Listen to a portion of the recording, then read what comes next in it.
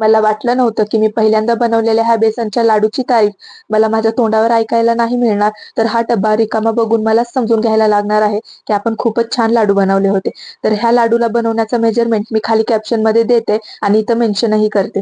तर आम्ही दिवाळीला फराळ वगैरे काही बनवलं नव्हतं. असं नाही की येत नाही, बनवायला सर्व काही येतं, पण लहान मुले आजारी असल्यामुळे काही बनवला नव्हता. त्यावेळेस आमचा स्वयंपाकच मुश्किलने होत होता.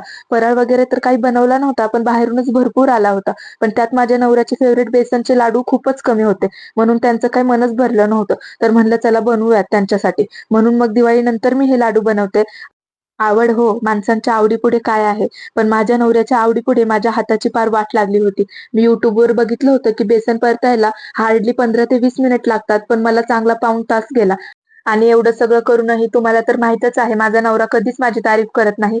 ते मी आज बनवलेला लाडूचा डब्बा दुसऱ्या दिवशी रिकामा बघून माझी मीच पाठ थोपटली, की डब्बा संपला म्हणजे चांगलेच झाले आहे. हे सगळं करून हात खूप दुखले होते, म्हणून संध्याकाळी माझी राही मला पीठ मळून देण्यासाठी मदत करत होती.